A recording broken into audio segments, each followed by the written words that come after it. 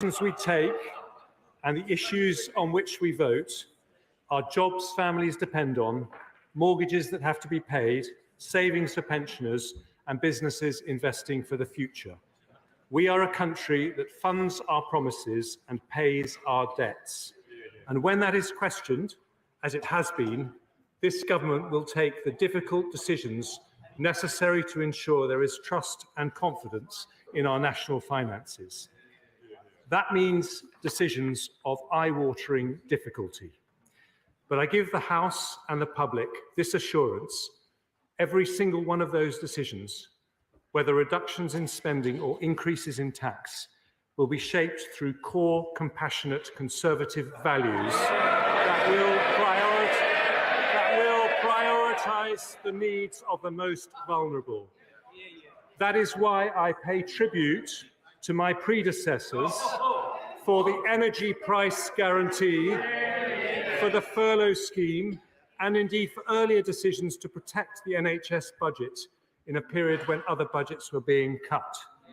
But, Mr. Speaker, I want to be completely frank about the scale of the economic challenge we face.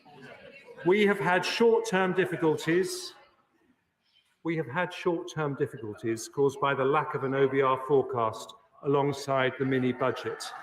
But there are also inflationary and interest pressures around the world. Russia's unforgivable invasion of Ukraine has caused energy and food prices to spike. We cannot control what is happening in the rest of the world, but when the interest of economic stability means the government needs to change course, we will do so. And that is what I've come to the House to announce today. In my first few days in the job, I've held extensive discussions with the Prime Minister, Cabinet colleagues, the Governor of the Bank of England, the OBR, the head of the Debt Management Office, Treasury officials, and many others. The conclusion I've drawn from those conversations is that we need to do more quickly to give certainty to the markets about our fiscal plans and show through action and not just words that the United Kingdom can and always will pay our way in the world. We've therefore decided to make further changes to the mini-budget immediately, rather than waiting until the medium-term fiscal plan in 2 weeks' time, in order to reduce unhelpful speculation about those plans. Mr. Speaker, I'm very grateful for your agreement on the need to give the markets an early brief summary this morning, but I welcome the opportunity to give this House details of those decisions now. We've decided on the following changes to support confidence and stability. Firstly, the Prime Minister and I agreed yesterday to reverse almost all the tax measures announced in the growth plan 3 weeks ago that have not been legislated for in Parliament. So we will continue with the abolition of the health and social care levy, changes to stamp duty, the increase in the annual investment allowance to £1 million, and the wider reforms to investment taxes.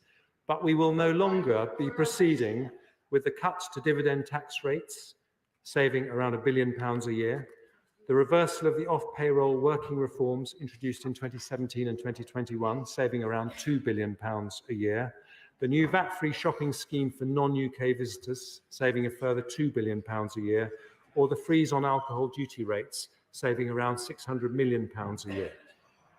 I will provide further details on how those rates will be uprated. Just let us sort this telephone out. I've just switched it off. It's off. Okay. Sorry, Chancellor. Carry on. It was this. I will provide further details on how alcohol duty rates will be uprated shortly. Second, the government is currently committed to cutting the basic rate of income tax to 19% in April of 2023. It is a deeply held conservative value, a value that I share, that people should keep more of the money they earn, which is why we have continued with the abolition of the health and social care levy. But at a time when markets are asking serious questions about our commitment to sound public finances, we cannot afford a permanent discretionary increase in borrowing worth £6 billion a year. So I've decided that the basic rate of income tax will remain at 20%, and it will do so indefinitely until economic circumstances allow for it to be cut. Taken together with the decision not to cut corporation tax and restoring the top rate of income tax, The measures I've announced today will raise around £32 billion every year. The third step I'm taking today, Mr. Speaker, is to review the energy price guarantee. That was the biggest single expense in the growth plan and one of the most generous schemes in the world. It's a landmark policy for which I pay tribute to my predecessor, my right honourable friend from Spelthorne, and will support millions of people through a difficult winter, reducing inflation by up to 5%. So I confirm today that the support we are providing between now and April next year will not change. But beyond next April, the Prime Minister and I have reluctantly agreed it would not be responsible to continue exposing the public finances to unlimited volatility in international gas prices. So I'm announcing today a Treasury-led review into how we support energy bills beyond April next year. The review's objective is to design a new approach that will cost the taxpayer significantly less than planned, whilst ensuring enough support for those in need. Any support for businesses will be targeted to those most affected, and a new approach will better incentivise energy efficiency. There remain, I'm afraid, many difficult decisions to be announced in the medium-term fiscal plan on October the 31st. When I confirm that we will publish a credible, transparent, fully costed plan to get debt falling as a share of the economy over the medium term, based on the judgment and economic forecasts of the Independent Office for Budget Responsibility. I'd like to thank the OBR, whose Director Richard Hughes I met this morning, and the Bank of England, whose Governor Andrew Bailey I've now met twice. I fully support the vital independent roles both institutions play, which give markets, the public, and the world confidence that our economic plans are credible and rightly hold us to account for delivering them.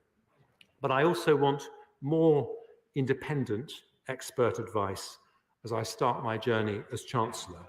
So I'm announcing today the formation of a new Economic Advisory Council to do just that.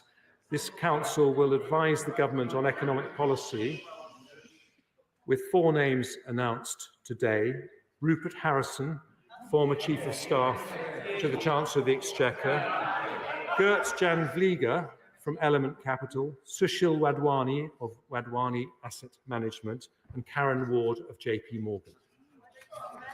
Mr. Speaker,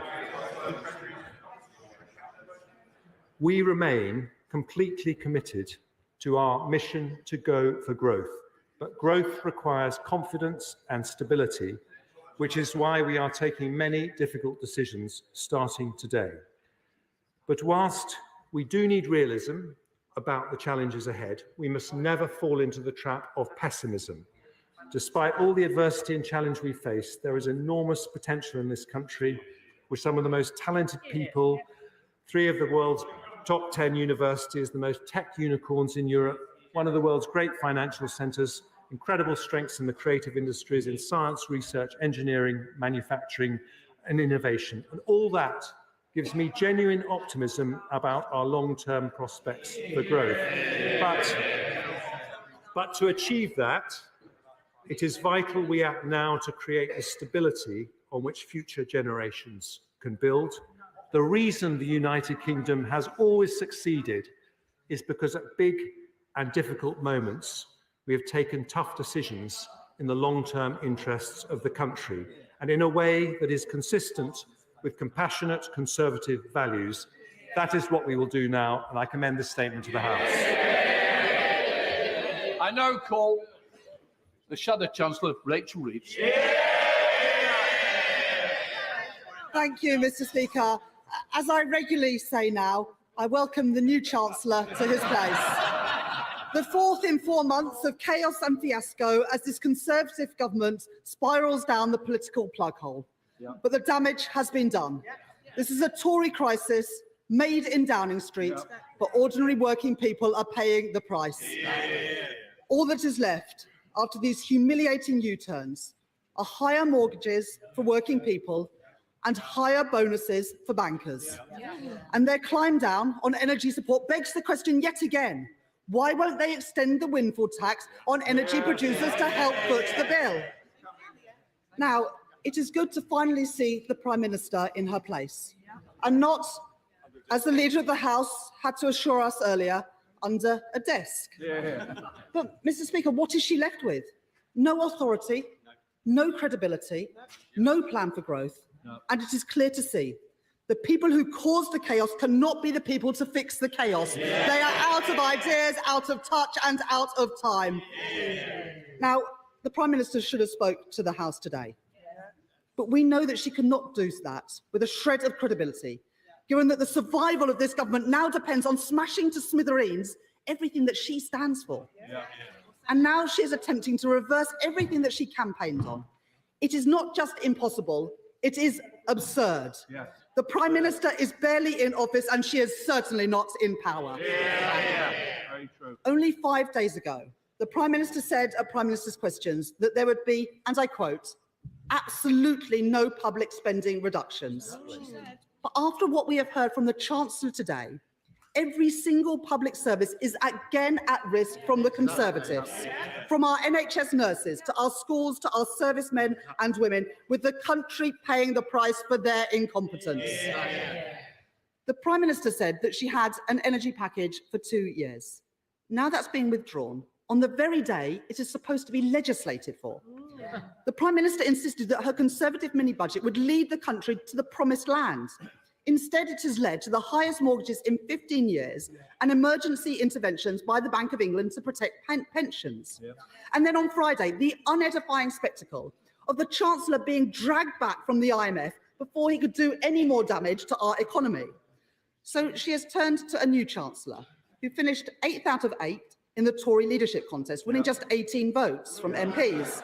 The Tories have run out of credibility and now they are running out of chancellors.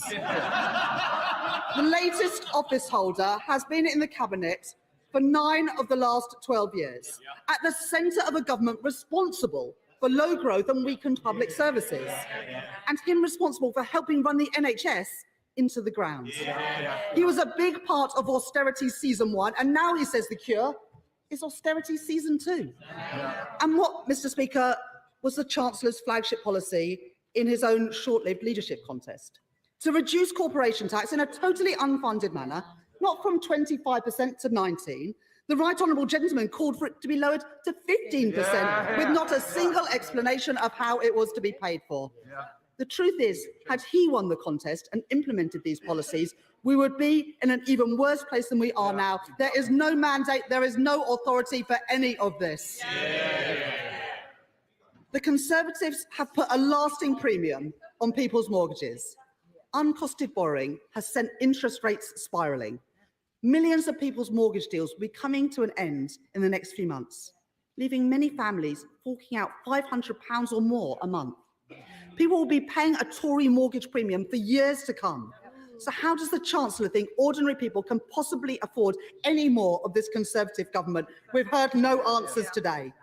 Now, the Chancellor has said that growth requires confidence and stability. I agree.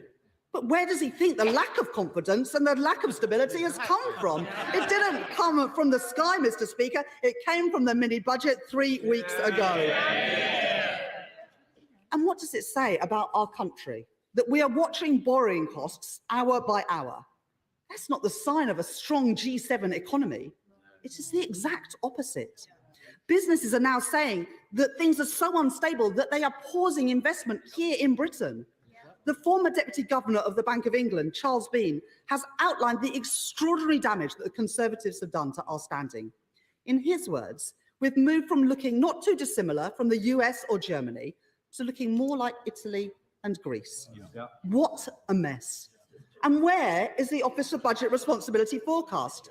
Has this government learnt nothing? Does the Chancellor really expect the country to take everything from him at face value? Last week, the Business Secretary was busy undermining the Office for Budget Responsibility. Today, we have received another massive fiscal statement with no forecast. What has this government got to hide? They should publish the numbers so that we know the true state of the public finances after 40 days of this Prime Minister and after 12 years of Conservative government. Now, today the Chancellor has scaled back help with energy bills for families and pensioners. It begs the question yet again, why won't they bring in a proper windfall tax on energy producers to help foot the bill for consumers? And when will the current Chancellor publish in full the government's estimates of windfall profits of the energy giants over the next 2 years? Now, no one was talking about spending cuts until the Tories crashed the economy with their mini budget. So I asked the Chancellor, why should the British people pay the economic price for the Tories' mistakes, and what spending cuts does the government plan to make? We believe that the government must honour its commitments to uprate benefits and pensions in line with inflation. Will the Chancellor make it clear today that that is what he intends to do? And what a contrast, that cuts to benefits are still on the table, but the one thing the Chancellor couldn't bring himself to reverse today was lifting the cap on bankers' bonuses. Why is this the last policy standing in this disastrous mini-budget? And let me come to credibility. Does the Chancellor accept that once credibility and trust have been destroyed, it cannot be simply regained by a series of zigzagging, chaotic U-turns? Will he and the Prime Minister apologise for the costs and anxieties laid on families? Can he admit once and for all that the market turmoil we are in was directly caused by the disastrous decisions of his predecessor and of the Prime Minister? Can he guarantee that the Bank of England won't have to intervene again to save the government? And what guarantee can he give to people about their pensions, about their mortgages and their household bills? The Chancellor said today that everything is now on the table. But is that really the case? We know that abolishing the non-dom tax status will raise £3 billion a year, yet there was no mention of that today. How can it be right that some of the richest individuals in society are allowed to buy their way out of paying tax that should be paid here in Britain? This would not be an eye-wateringly difficult decision, Mr. Speaker, so why doesn't the government just do it? There is lasting damage, which these policy U-turns won't change. They've set fire to everything. Now they insist it is all fine. The truth is, Mr. Speaker, an arsonist is still an arsonist, even if he runs back into a burning building with a bucket of water. Because they can't be trusted. The Tories are clinging on for themselves regardless of the cost to the country. Trickle-down economics will always fail. What drives forward our economy are the talents and efforts of millions of working people and thousands of ordinary businesses. The government's economic credibility has been destroyed. They have harmed our economic institutions. People are paying higher mortgages. The same set of people doing U-turns isn't going to fix it. The only way to change this is a real change in government.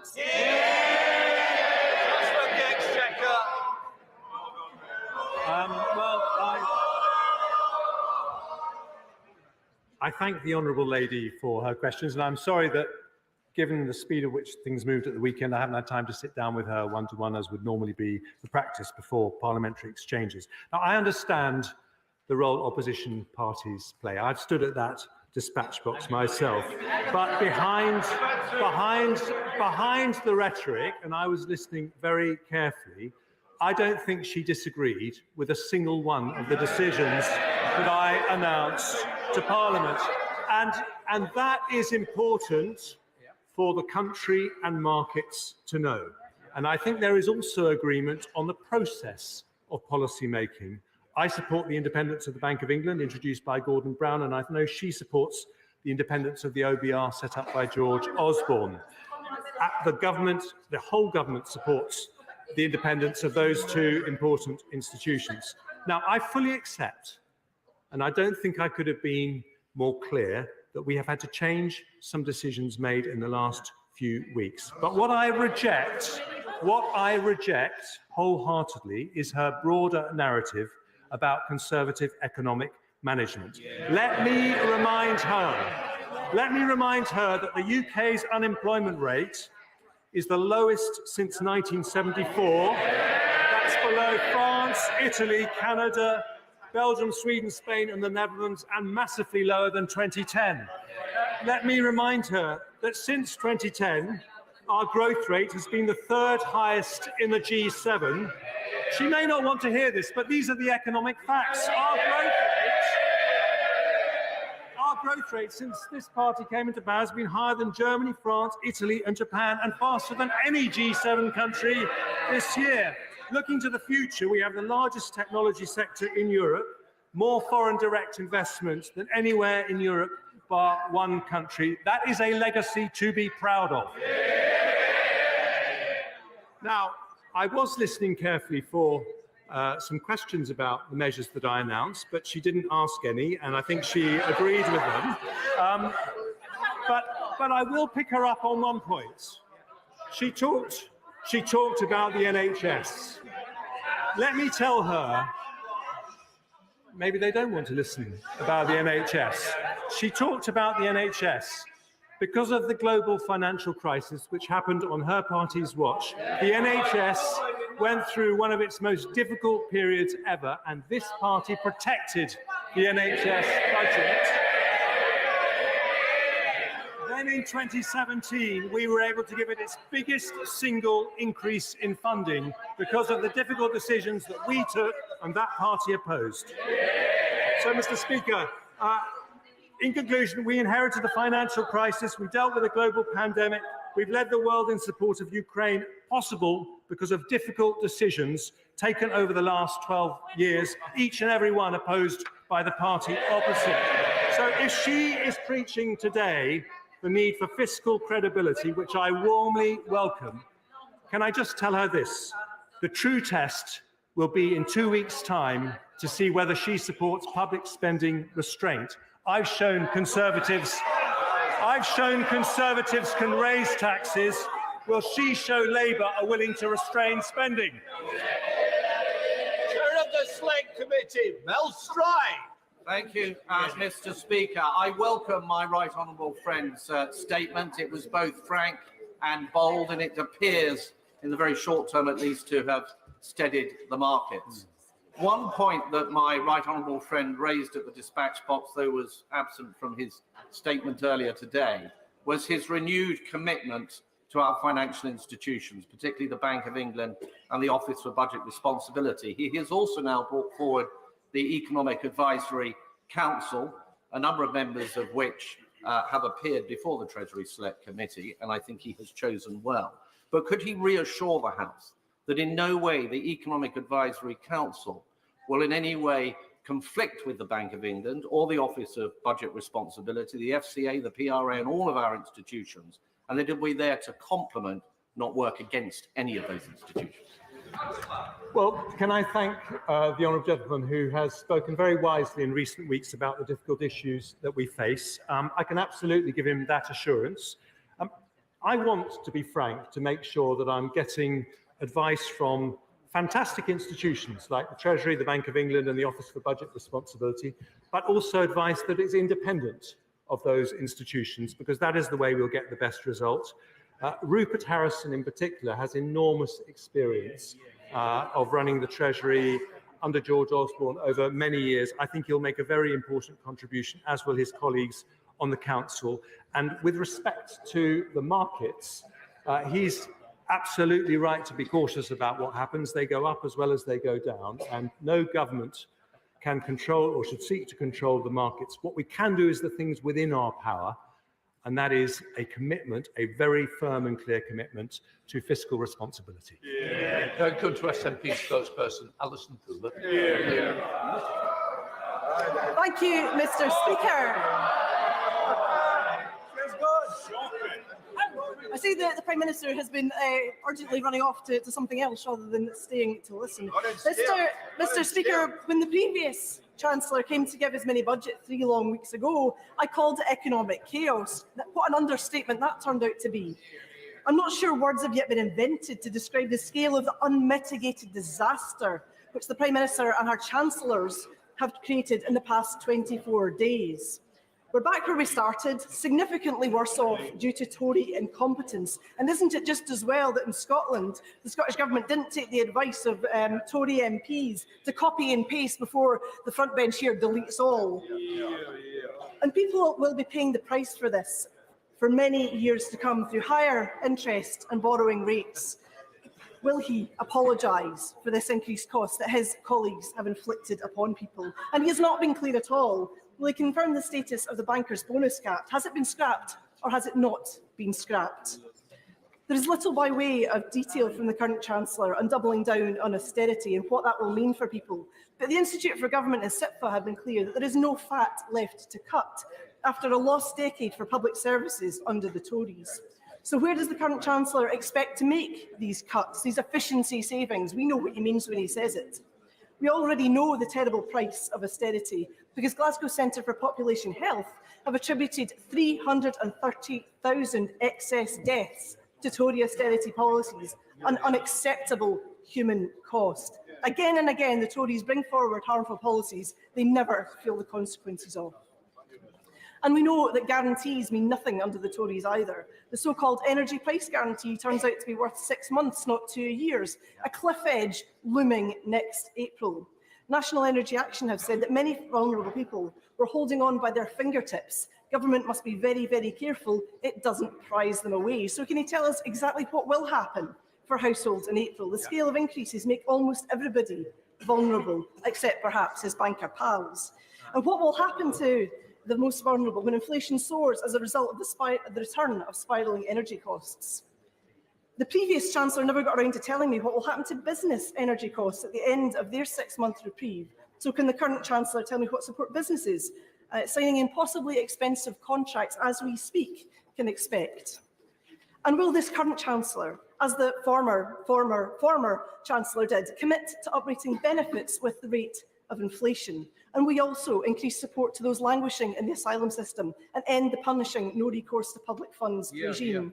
Will he cancel the benefit cap and scrap the 2-child limit, which is trapping so many children in poverty? Where is his compassion for them? Will he invest in renewables, carbon capture and storage, and a comprehensive energy efficiency and installation package? And finally, Mr. Speaker, does he understand? Does he really understand, when looking at broken Britain, the chaos that the Tories have wreaked and the prospect of a bleak Brexit future under both Labour and the Tories, that more and more of Scotland's people are looking at the comprehensive independence prospectus set out by the First Minister today and moving towards the vision of a fairer, greener, more prosperous Scotland back in the heart of Europe where we belong? Well, Mr. Speaker, it's a pleasure to exchange comments with the Honourable Lady. I will look forward to working with her closely in the months ahead. I would remind her that this Conservative government is spending £37 billion this year to support people across the United Kingdom with cost of living concerns. That is possible because of difficult economic decisions that the SNP have opposed at nearly every stage, and that includes large support for businesses up and down the country. But the main thing I would say to her, very gently, is that she cannot claim to be concerned about the economic turmoil of the last few weeks, when the central policy of the SNP, independence, would leave turmoil for Scotland, not for a few weeks, but for many, many years to come. A new currency, somehow finding a way to trade with the UK internal market, but also the European single market, border checks between England and Scotland, as announced today by the First Minister, a massive gap in public finances that would have to be breached. That is a recipe for precisely the austerity she says she's worried about. Let me say this. If we want economic stability, if Scotland wants economic stability, to coin a phrase, we are stronger together. John Redmond. What will the impact of these measures be on the growth rate, and will we still avoid recession? I will publish the economic forecasts from the OBR when I make my statement in a fortnight's time, and I think it's better for me to wait until I hear that. But the proper answer to his question is that what we are seeking is long-term sustainable increase in the economic growth rate, and that is a central policy of the Prime Minister, which has my wholehearted support. Margaret Hodge. Thank you, Mr. Speaker. I think the country is feeling a sense of relief that trickle-down economics has been so quickly abandoned. But there was one element in the mini-budget which the new Chancellor did not address, and that was the issue of investment zones. That is we have great evidence all over the place about how that as a mechanism for encouraging growth and jobs and prosperity has failed from the Thatcher years onward. All that happens is they're incredibly expensive. We lose income from them. They only lead to the transfer of jobs from one poor area to the other, and they are a massive opportunity for every kleptocrat, oligarch and criminal to launder money into the UK. Will the Chancellor abandon that policy too? Well, I would like to say that I have a great deal of respect for the campaigning the Right Honourable Lady has done over many years against people illicitly hiding wealth and not paying their share of tax.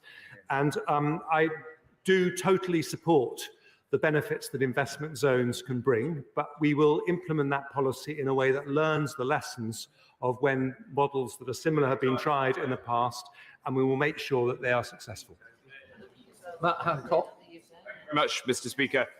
Mr. Speaker, I welcome the return of an ironclad fiscal responsibility, albeit within the most velvet of gloves. For there can be no growth without economic credibility. But will he answer this question? When he brings forward the forecasts in a fortnight, made independently by the Office for Budget Responsibility, will he guarantee now that they will show debt falling as a proportion of our income and show that once we have the finances fully under control, we will not be borrowing for day-to-day spending, because you cannot put the nation's spending on the never, never? Yes and yes. Ed Davey. People are already suffering from the damage caused by this government's economic mistakes. Hundreds of pounds now added to mortgage bills, pushing millions of families to the brink, on top of higher food prices, higher fuel costs, and higher energy bills. But despite that, the Chancellor refuses to undo one of the government's biggest injustices: its failure to impose a proper windfall tax on the record profits of the oil and gas companies, earned only because Putin is killing innocent Ukrainians. After so many U-turns, surely the Chancellor can persuade the Prime Minister to do one more. Will he introduce a proper windfall tax and help struggling families? Let me tell the right honourable gentleman, I am not against the principle of taxing profits that are genuine windfalls, but as he will know very well, in the energy industry, it is a very cyclical industry, and there are businesses that have periods of feast and famine, and you have to be very careful that you don't tax companies in a way that drives away investment. So we have said that nothing is off the table. Andrew Mitchell. Thank you, Mr. Speaker. I want to congratulate my right honourable friend on his statement today, which is both wise and necessary. And there will be great relief across the House that the markets have responded positively to my right honourable friend's statement, not least thanks to his economic leadership and political skill. In the run-up to the 31st of October, will he reassure us and the markets that the Treasury and the OBR and the Independent Bank of England will be working closely together and in total lockstep? I absolutely want to give him that reassurance. And I also want to thank him, as someone who has enormous experience as to how the city works, for the advice that he gave me over the weekend. I think one of the best things about the economic structures we have is the interaction between institutions which have independence and are able to give independent advice, and Treasury and the government. And it has helped create stability. And I hope that what I've said today will bolster that further. Bashunara Ali.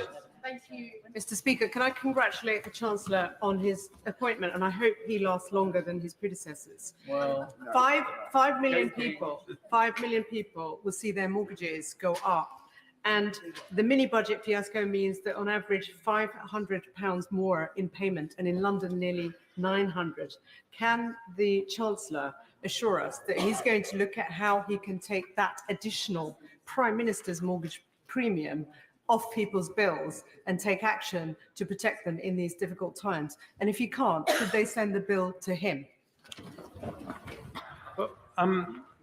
Let me say to the Honourable Lady that we have an absolute responsibility as a government to do everything we can to hold increases in mortgage rates down as much as is possible insofar as the government has an influence on them through its own actions. And that is why I've taken, I think, very strong and quick steps to demonstrate this government's commitment to fiscal balance. But we are in a world in which, unfortunately, interest rates are going up everywhere, and everyone is having to deal with increases in mortgage rates. And we are thinking about the challenge for people who have those mortgages, but I want to make sure that that does not happen as a result of actions by this government. Kevin Hollingray. Can I welcome all the measures in his statement today? I think it's absolutely right that we look for better value for the taxpayer through spending restraints. But can he confirm any cuts to spending will not impact on capital expenditure, infrastructure expenditure, particularly across the north, and that will fully deliver on projects that we've already committed to, such as Northern Powerhouse Rail?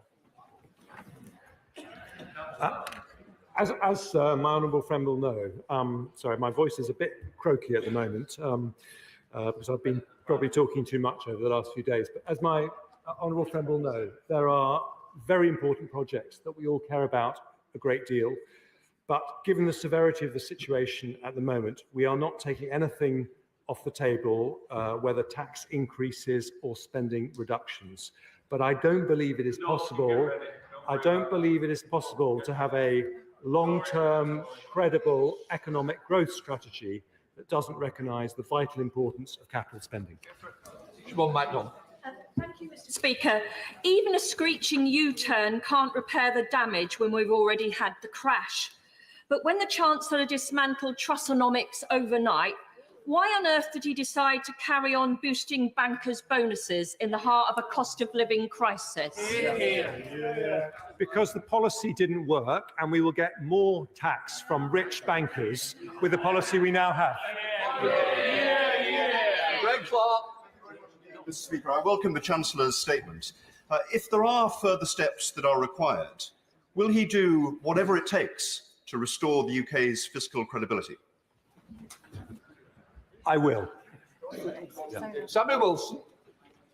First of all, can I welcome the appointment of the Chancellor and wish him well in his job, because his success, on his success depends the success of all of our constituents in meeting the cost of living. Whilst inflation cannot be blamed on the government because it's an international, and whilst interest rates are going up across the world, the one thing which the Chancellor is fully responsible for is today's increase in taxation, which will take money from people at a vital time, enabling them to pay, not able to pay their bills or their investment plans. I assume he has done some economic modelling in this. What impact does he believe it will have on growth and on the burden of debt in relation to GDP over the next 2 years? Well, he asked a very important question, and I want to remind him that what I have announced to date has been very largely the cancellation of planned tax cuts rather than actual new tax increases. And this has a very important impact in a positive direction on national finances, but unfortunately it won't be the end of the story. If we're going to deliver a credible budget in which we can demonstrate, as my right honourable friend asked earlier, that debt is falling as a percentage of GDP by the end of the period, then we're going to have further difficult decisions ahead, and this government won't shirk from them. Helen Wakely. Thank you, Mr. Speaker. A pandemic followed by a war. Our constituents do not expect this time to be easy, but they do expect us to set out the difficult choices, to make the difficult choices, and then set out the path for a better future. Can I ask my right honourable friend, particularly in considering his experiences of many years, to continue to press ahead with our commitment to reform social care, knowing as he does that social care and the NHS go hand in hand, and again, how important they are to our constituents? Well, she and I have had very many discussions on social care over the years, mainly when I've been a backbencher and she's been a minister. And it is a sector that is in great difficulty at the moment. I'm very aware of those concerns. I'm also very aware of the pressures in the NHS at the moment. I'm not making any commitments as to what exactly we will do, but as I said earlier, all these decisions will be taken through the prism of what matters most to the people who need the help the most. Chancellor.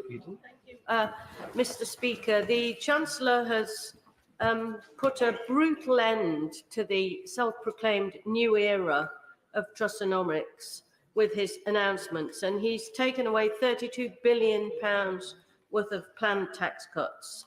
According to the Institute for Fiscal Studies, that still leaves a £30 billion hole in his sums, and if rumours are correct, it could be as high as 40 billion if the OBR calculations that I've heard about are correct.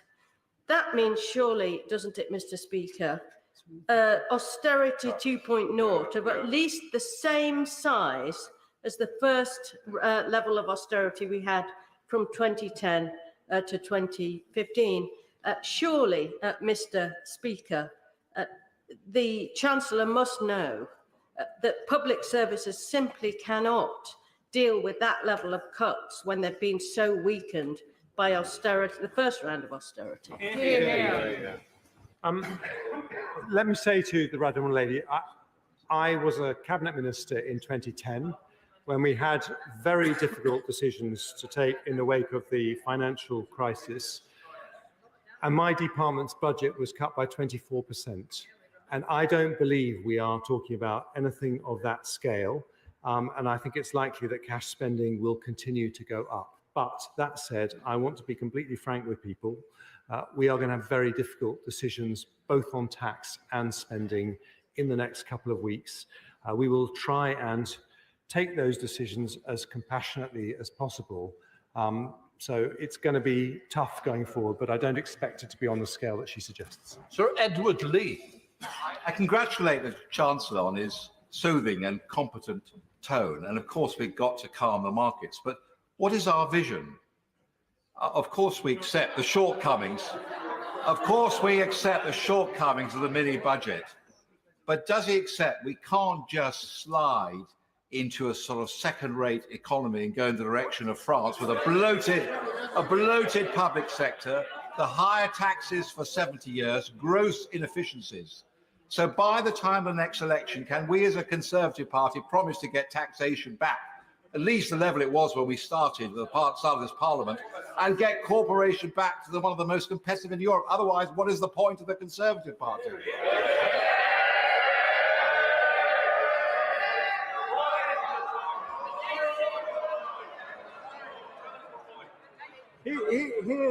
Here's the problem, Mr. Speaker, with all the noises we're getting from the party opposite. This compassionate Conservative government was able to step in with massive help from members of the public with the furlough scheme, with the energy price guarantee, because we took difficult decisions on the economy in the years that preceded it, each and every one that was opposed by the party opposite. I say to my right honourable friend that the point of a Conservative government is to build a strong economy. That's what we will do. It's the job. It's an important point I wish to make, Mr. Speaker. It is the job of the Chancellor not just to balance the books, but also to have a vision for economic growth. And I hope I will persuade him in 2 weeks' time that I have just that. Emma Hardy. Thank you, Mr. Speaker. Does the Chancellor agree with the Prime Minister, who confirmed that the state pension would rise with inflation in April? And if he does agree, can he commit to it today? Well, I'm very aware of how many vulnerable pensioners there are and the importance of the triple lock. But as I said earlier, I'm not making any commitments on any individual policy areas. But every decision we take will be taken through the prism of what matters most to the most vulnerable. Mark Harper.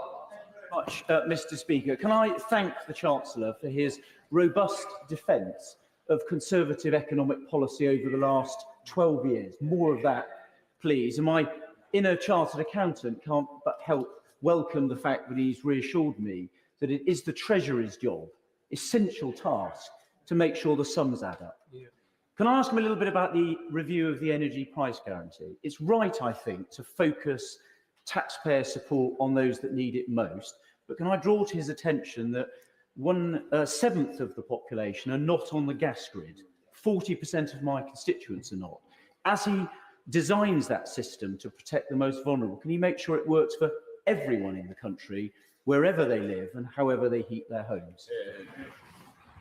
Well, I look forward to lots of useful advice from his inner accountant over the months and years ahead. I will certainly bear that point in mind. The issue with the revised scheme that we want to announce for the energy price guarantee is that I think most people agree with the logic of targeting support where it's needed the most, but we need a scheme that works practically, and it is not actually particularly easy to design that kind of scheme. So we're going to do as much work as we can, and we'll announce what we're going to do as soon as we can, but we'll certainly bear in mind the points you made. John MacDonald. The backdrop to today's statement isn't just the chaos of the last fortnight. It is also a report of 3 weeks ago that demonstrated, as a result of austerity, there has been over 300,000 excess deaths. Can I ask him in his preparations for the 31st of October that he recognises that unless he increases benefits by at least the rate of inflation, there will be more excess deaths and suffering? Yeah. He will know, because I've said it many times today, that I'm not making firm commitments on any individual elements of tax and spending, but I hope he is reassured that I've been very clear about the values through which we will take those decisions. Mr. Early. Thank you, Mr. Speaker. I congratulate my right honourable friend. He has hit the ground running in this job. These are difficult decisions. They're the correct decisions right now.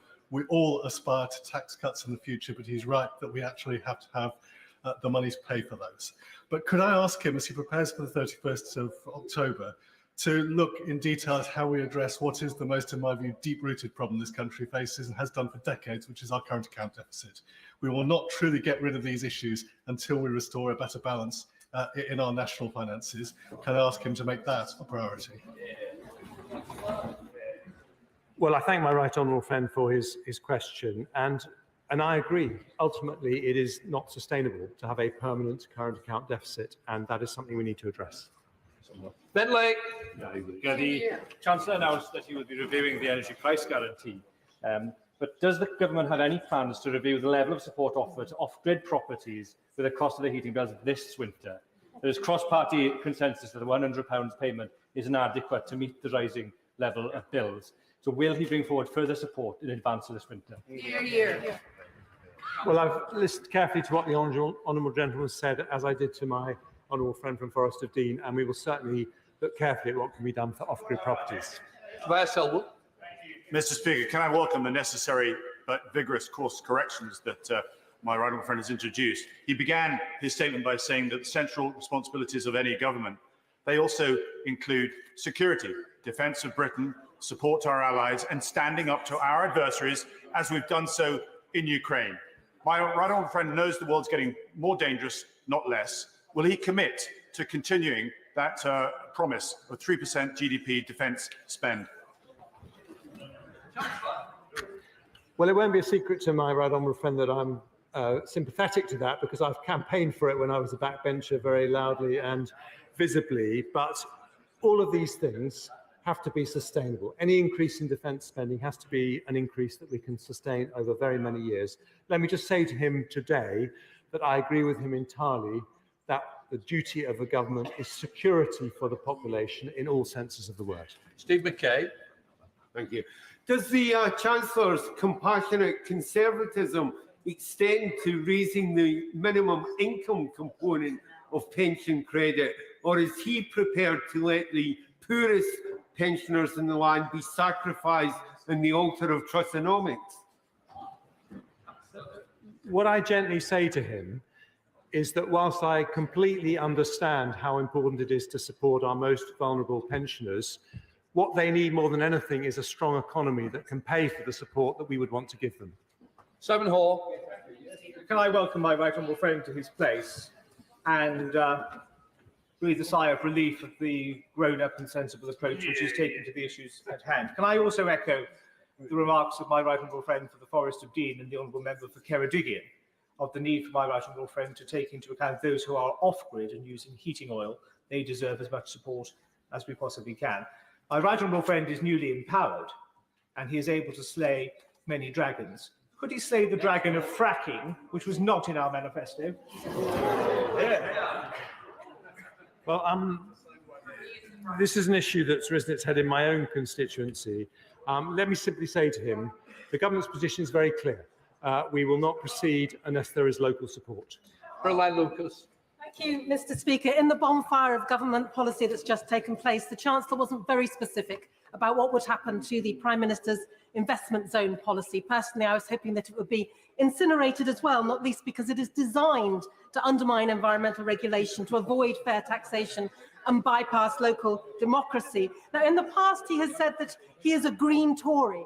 I have to put it to him that that is sadly an endangered species right now. But if he's serious about being a green Tory, will he now take steps to demonstrate it by ruling out any policies that will undermine nature, protection and restoration? And will he accept that there is no financial capital that is not entirely dependent on a thriving natural capital? I am absolutely committed to protecting our green spaces and boosting biodiversity. But I also think it's important to look at environmental regulations to see if they can be streamlined in a way that is consistent with allowing the natural world to flourish as well as the economy. George Freeman. Can I welcome and thank the Chancellor for bringing so quickly a calm reassurance to the markets and to this crisis. Would you agree with me that economic crises based on political confidence mean everybody in this chamber, both sides of the House, have a duty to reassure the markets that we're capable of taking tough decisions? And would he second agree with me that as we look to grow, as he's highlighted, the technology and science areas provide huge opportunity and we should resist the opportunity to cut funding? There is no more formidable advocate of science and technology than my right honourable friend. And I think he knows that I also care very much about that sector. And with respect to reassuring the markets, I think the most important thing is, as we said earlier, that there is actually no disagreement about the policies announced today. And I think it's important for the markets to know there is that consensus in the House. Dame Diana Johnson. Speaker, last month the Prime Minister told the BBC in Hull that we would be included in the Northern Powerhouse rail, despite not being included in the government's integrated rail plan. So I want to know, was the Prime Minister wrong to say that to the BBC in Hull? I don't know, but I'll write and tell her. Dr. Julian. Mr. Speaker, may I warmly welcome the Chancellor's earlier remarks about defence and security. As it took us very many years to pay off this country's colossal Second World War debt, am I right in thinking that the huge costs of COVID and of Putin's aggression in Ukraine cannot possibly be cleared completely in the short to medium term? Well, I wish I could answer that question, but as he will know better than me, this appalling saga is far from over. So we don't know what the total costs are going to be. I thank him for his very rapid, not entirely unexpected lobbying on defence budget issues since I took up this post. And what I would say to him is that I think the job of the Chancellor of the Exchequer is to make sure that our economy is strong enough to fund the role that Britain wants to play in the defence of democracy and freedom all over the world. Speaker, I have worked with and against the Chancellor of the Exchequer on many occasions, and I've learned he's an honest man. But can I tell him today that he just said in his remarks that this country is always good at rising to the challenge of big and difficult times? Can I tell him what I hate about what he said today, really do hate it, is there was no note of contrition. This big and bad was started by his lot only 2 weeks ago. Yeah. And it's not just big and bad, it's a national disaster that he did not give one word of contrition about a mess he's made this, his party's made of this country. Well, all I would say to the honourable gentleman, for whom I do have the greatest respect, and we have many, many exchanges in this House over the years, is that I think actions speak louder than words. And I don't think I could have been plainer in going out this weekend and what I've said today in accepting that mistakes were made. But what the country wants to see is us correcting those mistakes, and that's what we've done. Steve Bryan. My right honourable friend knows that I'm very pleased to see him in Downing Street, and the sense of relief expressed to me this weekend as I've been out and about in my constituency was palpable. I welcome his statement, I welcome its realism, its honesty, and his trademark sense of optimism in his final remark, which I certainly could learn from. He's right that growth demands confidence. So does he have confidence that when the bank make their decisions a week or so after his statement in 2 weeks' time, that a rise in interest rates, which is terrifying my constituents, the mere prospect of it, is not inevitable? Well, I thank my right honourable friend for his generous comments. I just say this, it's not for the government to say what the Bank of England does when the Monetary Policy Committee makes its decision on interest rates. But of course, I've had conversations with the governor to ask him what it is the bank needs to hear for them to feel that the inflationary pressures will be lower and they would not have to make as high an increase as perhaps some people are predicting. And thinking about the concerns of our constituents' mortgages is top of my mind. Zora Sultan. Speaker, the Chancellor has pledged a new wave of austerity with public spending cuts, squeezing services that have already been cut to the bone over the past 12 years. This is without a mandate, and like before, this round of austerity is a political choice, not an economic necessity. So instead of cutting our services, the government could raise taxes on the super rich. And if the Chancellor believes in his approach, why doesn't it put it to the people and call for a general election? Yeah. With the greatest of respect to the Honourable Lady, I did not pledge, as she said, I think, a new wave of austerity. What I would say to her, if she doesn't like austerity, look at the generosity of the furlough scheme, look at the generosity of what we're doing on the cost of living crisis, all taken because of difficult decisions that she's opposed every time. Richard Drax. Speaker, can I welcome my right honourable friend to his place? He talks about growing the economy and a strong economy, and I'd agree with that. Can I just remind the House, particularly on the opposition benches, that it is in the main the private sector that raises the money, that pays the tax for the public sector. And we cannot go on hammering the private sector if we want to seek the growth that we want. So can I ask my right honourable friend, as he takes his place, and I really do welcome him there, that he bears this in mind and reduces taxation as soon as he's able to? The answer is yes. And to demonstrate that I understand what he's talking about when he talks about the private sector, I'm going to say some words that I've always dreamed of saying from behind this dispatch box, which is that I used to be an entrepreneur. Stuart Halsey. Speaker, when the Chancellor spoke about difficult questions to be faced in the future, I hope he's not going to fall into the old trap of trying to cut his way to growth. It can't work. It never works. But can I actually welcome what he did today, the screeching U-turn on the vast majority of the mini budget from the Prime Minister and his predecessor. But given he's done that, and I do welcome it, can we have a guarantee from him today that so long as he has anything to do with it, there will never be a return to extremist, crank, experimental think tank economics? I'm happy to offer that guarantee if he will agree to explicitly reject the extremist crank think tank economics of Scottish independence. Robert Halford.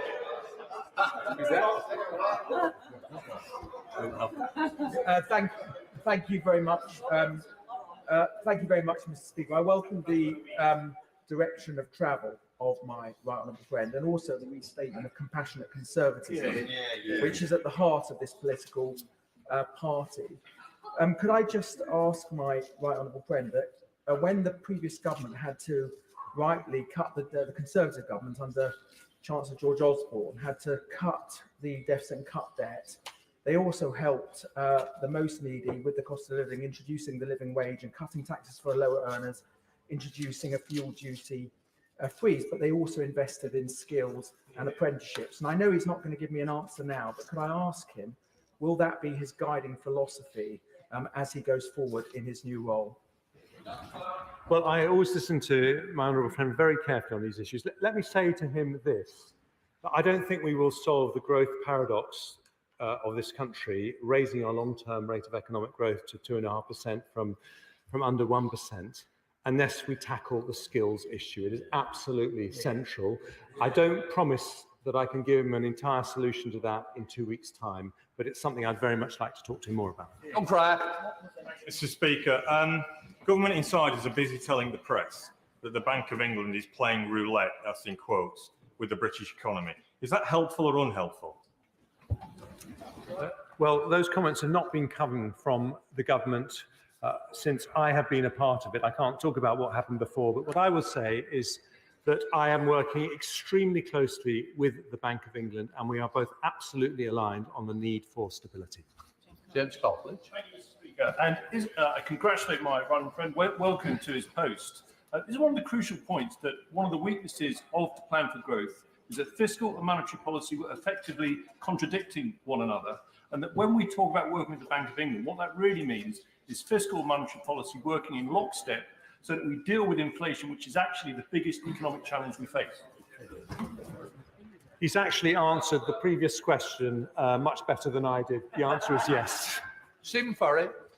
Thank you. It is quite right that the Chancellor is seeking to reassure the markets, but would he take the opportunity today to also reassure the millions of people who rely on benefits, both people who are in work and people who are out of work? The UK has some of the lowest benefits in Europe. People on benefits with no plan B, they have no savings, and they have huge anxiety at present given the current situation. So can he pledge the benefits will increase in line with existing government policy, in line with the CPI, and also will he reverse what the previous Chancellor said in his mini budget around the more punitive approach to be taken against those on benefits? Well, what I would say to him is just very straightforward. It's because I want us to be able to support the poorest, the most vulnerable, the people in the greatest difficulties in society, that I think the most important thing I can do right now as Chancellor is what I can to create economic stability, and that's what I'm doing. Alex Chalk. Thank you, Madam Deputy Speaker. I warmly welcome the Chancellor's swift and decisive action today, but also the tone and, above all, the candour of his remarks. Does the Chancellor agree with me that the best way to build in the long term a strong economy and a fair society for my constituents in Cheltenham, many of whom he met recently, is to repair the public finances in the short term? That's the Conservative way. That's what builds prosperity in the long term. Absolutely. And only a couple of weeks ago, I was sitting in a cafe in Cheltenham having a cold sandwich with him. And I also want to thank him for his incredible articulacy in lobbying for the needs of the people of Cheltenham. Stephen Kinnock. Thank you, Madam Deputy Speaker. Does the Chancellor think that it's morally justifiable to lift the cap on bankers' bonuses whilst refusing to confirm that he will link benefits to inflation? Is it morally justifiable? I understand why he's asked the question, and I believe that wealthier people should pay more as we go through a difficult period.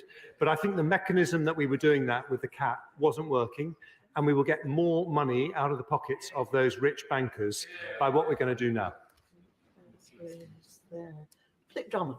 Thank you very much, Madam Deputy Speaker. Many of our more advanced manufacturing businesses are in the defence sector, and they welcome our commitment to a growing defence spending. They have no problem with paying more corporation tax as long as they're incentive to support their cutting-edge research and development. Will my right honourable friend commit to ensure that those incentives are available across all industries? Well, I think that's a very important point. We've got an issue that we need our companies to invest more in R&D. We've got, I think, a fantastic opportunity to be the world's next Silicon Valley with all the potential of our great universities and incredible levels of innovation. But I absolutely think there's more we can do, and I'll bear in mind her comments. Alan Bryan. Thank you, Madam Deputy Speaker. Since 2015, the value of the pound's dropped about 30% compared to the dollar. After this government's mini budget, the pound hit an all-time low against the dollar. We're given oil and gas and other related energy products are trading in dollars. Isn't it the case that we're absolutely tanking the pound against the dollar? This government's actually added other costs to the cost of energy in the UK. Well, I'm delighted that someone from the SNP is worried about the value of the pound, and I think that shows it matters to all of us. And I would say to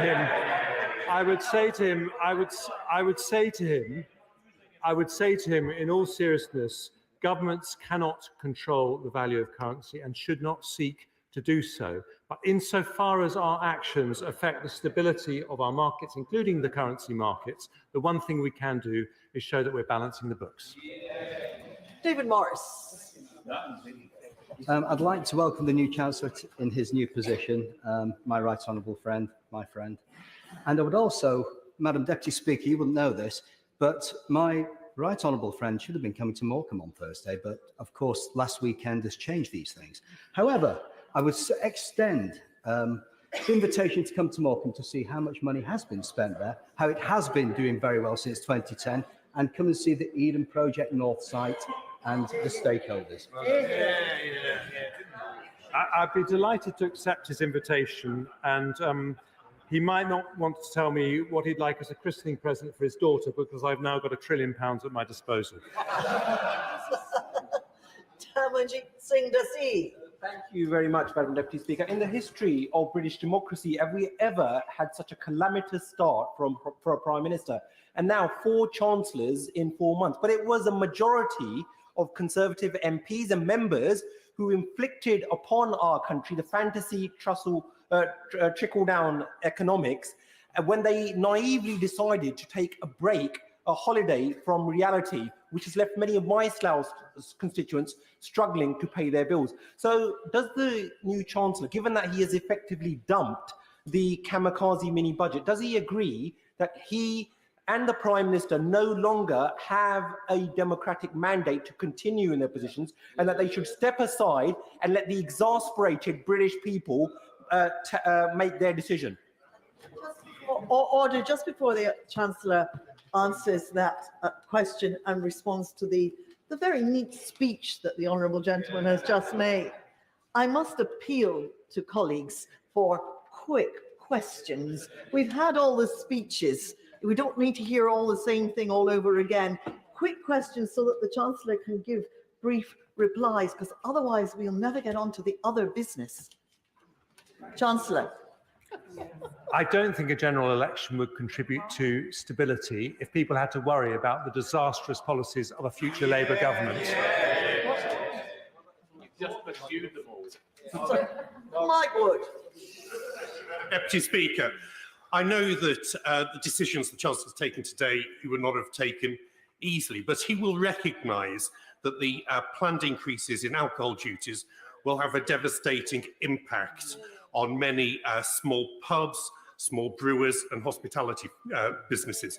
Will he look at how the changes he is making to beer duty in particular can be structured to help rather than harm these small hospitality businesses, and perhaps bring forward the implementation of draft beer duty?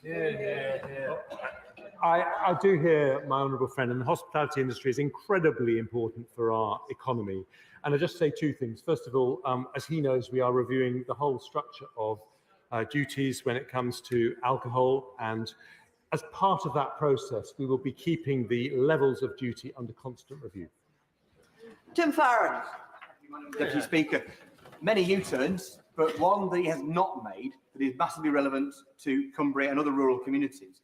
The cut in stamp duty will help nearly nobody who can currently not afford a home to be able to afford one. What it will do is add fuel to the fire of a second home ownership and Airbnb disaster in areas like the Lakes and the Dales. Will he understand the damage that excessive second home ownership and Airbnb does to communities like mine and indeed other parts of the country? Will he think again and do something to support our communities and to stop the housing catastrophe? I do entirely understand the concerns of second home owners, and the government has been looking at that policy in enormous detail over recent months. But I would gently say to him that it would be wrong to be dismissive of the concerns of young people desperately trying to get onto the housing ladder, and the help we are giving them with the stamp duty reforms will make a significant difference. Alec Hairs. Deputy Speaker, I pay tribute to the Chancellor for his statement and for the urgency in which he's taken them. The energy price guarantee was welcomed across the House, although that is probably the policy that created the greatest uncertainty in the financial markets. Does my right honourable friend agree, as he reviews the policy, that there will continually be challenges in this area so long as Putin maintains his aggressive conflict in the Ukraine? Absolutely, and I'm very pleased that he made that point, because we should remember that Putin's game is to try and turn economic instability into political instability, and we must not play along with it. Stephen Doughty. Thank you, Madam Deputy Speaker. The chaos in the bond markets impacting on pensions were as a result of decisions by his government, his party, his Prime Minister. Can he now tell us, are all pension funds secure? What is the value of the total losses? And what actions will he be taking to ensure that people can have confidence in their pensions? Why should they ever trust the Tories with their pensions again? I'm afraid I don't accept his analysis of why those problems happened at all. But I don't deny that we have had some issues with pension funds. But I would just point him to the Governor of the Bank of England statement today that says that we are well on our way to resolving them. Jack Burton. Thank you, Madam Deputy Speaker. People and businesses across Stoke-on-Trent are incredibly thankful for the support with energy bills throughout the winter. So will my right honourable friend look at when he comes to review these policies in April to make sure that those who most need that support are protected most, and particularly those energy-intensive businesses like ceramics in Stoke-on-Trent? Well, my honourable friend will be pleased to know that I've already had discussions, extensive discussions with my Treasury officials about the needs of energy-intensive industries, and we are very well aware of those issues. Jess Phillips. Thank you, Madam Deputy Speaker. It seems quite baffling to me that everybody giving and I welcome him to his place, plaudits for all the work he's done and well done, when the thing that he is undoing was the Prime Minister's budget, as if the last 4 weeks haven't happened, and I feel a tiny bit gaslit by it, I have to say. So why is he spending £2 billion a year on unfunded stamp duty cuts when he said today he couldn't announce unfunded tax cuts? So how is he going to pay for that? She'll find out in 2 weeks. Andrew Jones. Can I just say it's very good to see my right honourable friend in his place. Does he agree that as well as supporting families and businesses now with energy bills, the need for long-term energy resilience is as urgent as ever? Will that be one of his priorities? It will, not just my responsibility, but that of the whole government, because I think good government is about fixing long-term issues as well as dealing with short-term crises, and that is definitely a very, very important long-term issue. Jeremy Corbyn. Madam Deputy Speaker, we live in a deeply divided country and a deeply divided society. There are more poor people than ever, there's more people accessing food banks than ever before, and there are more children growing up in absolute poverty and, as a result of that, not achieving their best in life. Twice he's refused to answer the question about whether he will raise benefits in line with inflation. For a third time, can he please assure those people who rely on benefits for their very existence that they will be increased at least in line with inflation to tackle the appalling poverty that so many people face? Well, I respect the right honourable gentleman for pressing me on that issue, because I understand how important it is. And let me say to him, the reason I'm not able to give him the answer he seeks is because I'm not giving that answer on any area of spending or any tax policy. The situation we face is extremely grave, and we have to look at these issues in the round. And we will come to the House with those decisions just as soon as they have been made and also independently audited by the Office for Budget Responsibility. Laura Farris. Speaker, I welcome the rapid grip my right honourable friend has exerted on the public finances. It's been reflected throughout the day by the rally in sterling and gilts. But can I seek clarification of his comments on investment relief? Will he maintain his commitment to seed enterprise investment schemes focused on science and technology? They are thriving sectors in my constituency, and as he alluded to, they are the engines of our future economic success. Well, I ran a small technology business for 14 years, so it's very much where my heart is. And I think there's a massive opportunity for the UK to create something a bit like the City of London, something that can really pay an enormous amount of corporate tax for many, many years to come. So I just want to say to her now, although I can't give her the answer, I am determined to grip that opportunity. Pete Wishart. If the Chancellor would like to take this opportunity to concede that he is now the de facto Prime Minister and it's he that calls the shots in government, and what must be the most bizarre and surreal coup in political history. But I'm wondering, in this new role, does he think that the current Prime Minister is a help or a hindrance to his economic objectives? Look, I just say this.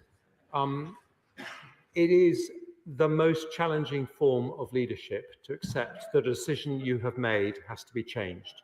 And the Prime Minister has done that, and she has done so willingly because she understands the importance of economic stability, and I respect her for it.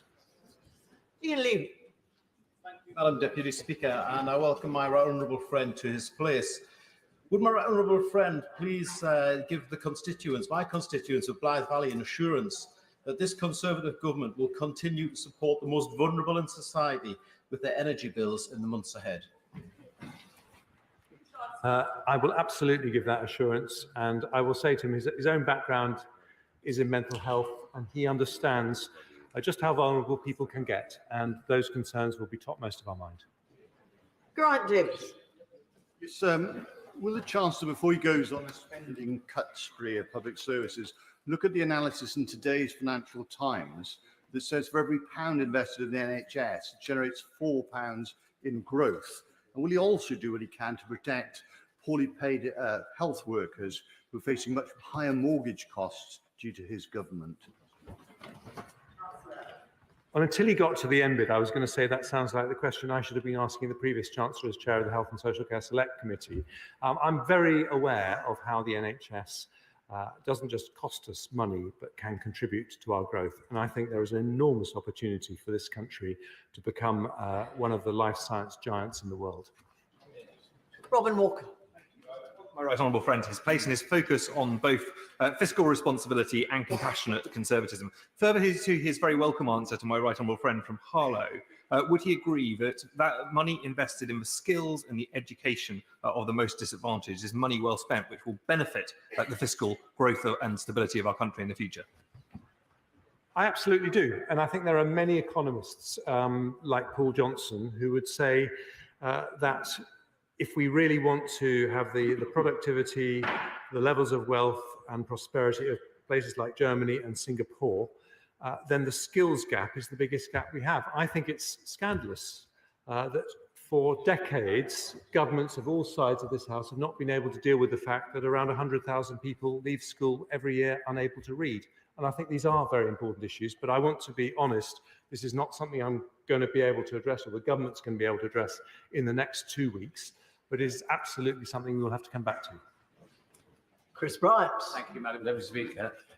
For all the hand-wringing and soft soap, I'm afraid I don't think this one's any better than the last Chancellor. Yeah. Well, he's been present at all the failures over the last 12 years.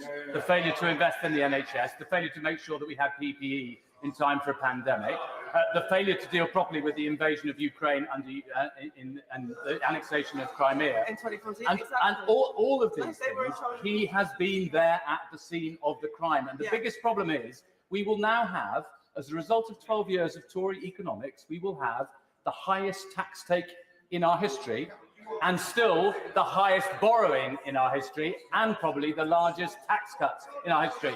Why is this the only country, the only major economy in the world that has not yet grown to the level that it was before the pandemic? I actually have a lot of respect for the honourable gentleman as a great parliamentarian, but will he allow me to say that there isn't really a polite word to describe the nonsense that he's just said? We inherited the worst financial crisis since the Second World War from his party, and since then we are the third highest growing country in the G7. He talked about the NHS, which had a 20 billion increase in funding on my watch, 40,000 more doctors, nurses and other clinicians, and there's more to come if we take the difficult decisions to grow our economy that his party always opposes. Holly Mumby-Croft. Deputy Speaker, my honourable friend the Chancellor knows very well the importance of steel, both to my Scunthorpe constituency and to our country. Will he confirm that the energy support package for business remains unaltered and that when the Treasury enters into the 3-month review, they will do so mindful of the strategic value of steel? Yes and yes. Toby Perkins. Thank you very much, Madam Deputy Speaker. Firstly, when the Chancellor gets to speak, can he withdraw the claim that Labour opposed the furlough? Because actually we didn't, we supported furlough. Yeah. But secondly, the Chancellor was of the view, the previous Chancellor was of the view that if you reduce corporation tax, more money came back in revenue, and indeed in his own short-lived leadership contest, he seemed to be saying the same thing. He proposed even greater cuts to corporation tax. So can he now tell us, does he believe that an increase in corporation tax will raise more revenue, or what, as he previously said, less? Let me just say this to the honourable gentleman. I didn't say that Labour opposed the furlough scheme. What I said is you like it when we spend money, but you oppose all the measures necessary for the economy to be able to afford them. And when it comes to corporation tax, I would love to reduce corporation tax. And in the long run, I think you do get more money. Well, I'm answering his question. You do get more money back, but it has to be on money that you actually have. It can't be on borrowed money. And that's why we have changed direction. Anthony Mangan. Madam Deputy Speaker, and I'm utterly delighted to see the right honourable gentleman in his place, and it was an honour to be on his campaign team at the very beginning. But can I just add one small point, which is last week I met with the hospitality and tourism sector. They see possibility of 10,000 businesses going out of business. Can I ask whether or not he will meet with me and representatives from the hospitality and tourism sector to talk about what we can do to keep that sector open, because it is absolutely the powerhouse of the British economy? Well, after his generous comments, the answer is absolutely yes. Beth Winter. Thank you, Madam Deputy Speaker. The Chancellor has today raised the prospect of further departmental savings. He actually means cuts. But from the TUC to the IFG and the Welsh Local Government Association, it's agreed that there's nothing left to cut. So when will the Chancellor listen to the Wealth Tax Commission and others urging the government to raise tax on wealth and non-earnings income rather than decimate public services that our constituents rely on? We already, with Conservative support, ask wealthier people to pay far more tax than people on low means. But the kind of taxes that she is advocating would destroy the wealth of the overall economy. I mean, we have less money for the NHS and for people who need it the most. John Stevenson. I appreciate the Chancellor has some really difficult decisions on tax and spending, but if we are to grow the economy, we must maintain the capital expenditure that we have. Up and down the country, there are a number of projects that were allocated funding 3-4 years ago that are now out to tender that can be built in the next 12 to 18 months, but they may have a slight shortfall. Will the Chancellor be sensitive to those projects? Because if we are to grow the economy, it is these sorts of capital projects that we need to start. Well, look, I absolutely agree about the importance of capital to the long-term growth of the economy, and indeed not just those projects, but many other projects. So yes, we'll be sensitive to it, but I'm afraid that doesn't mean that we won't have to take difficult decisions. Brandon O'Hara. No, it's not here. Right, the honourable gentleman disappeared before my very eyes. Ronnie Cowan. Nope, it's not here. All right, they're falling like 9 pins. My goodness me, we'd better try something different. Kirsten Oswald. Thank you, Madam Deputy Speaker. It's been reported by the Number 10 were briefing that the Chancellor's statement was due to unspecified global headwinds rather than the mini-budget. But the former Deputy Governor of the Bank of England, Charles Bean, disagreed and said that the Prime Minister's insistence that the UK's economic turmoil was a global phenomenon was just disingenuous. So to be clear, what does the Chancellor believe has happened here? Who does he agree with? Who does he think is responsible for the terrible financial thumping that my constituents are now being affected by? I don't think I could have been clearer in my statement. I said that the turmoil we've had is as a result of international and domestic factors. Jerome, thank you. Deputy Speaker, the Chancellor will be aware that his actions over the last few days has already lowered long-term expectations for interest rates.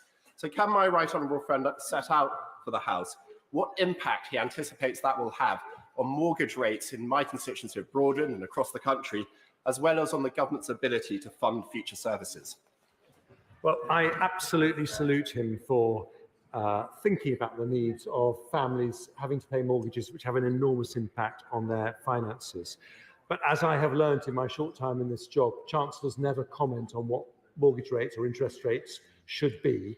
But I absolutely want to make sure that insofar as the government can influence it, we make sure that they're held down as low as possible. Andrew, go in. Thank you. I'll be a bit more generous, and can I genuinely welcome the re-emphasis on market stability, on sound economic finance, and ensuring that our country genuinely has an economic policy that isn't going to frighten the markets.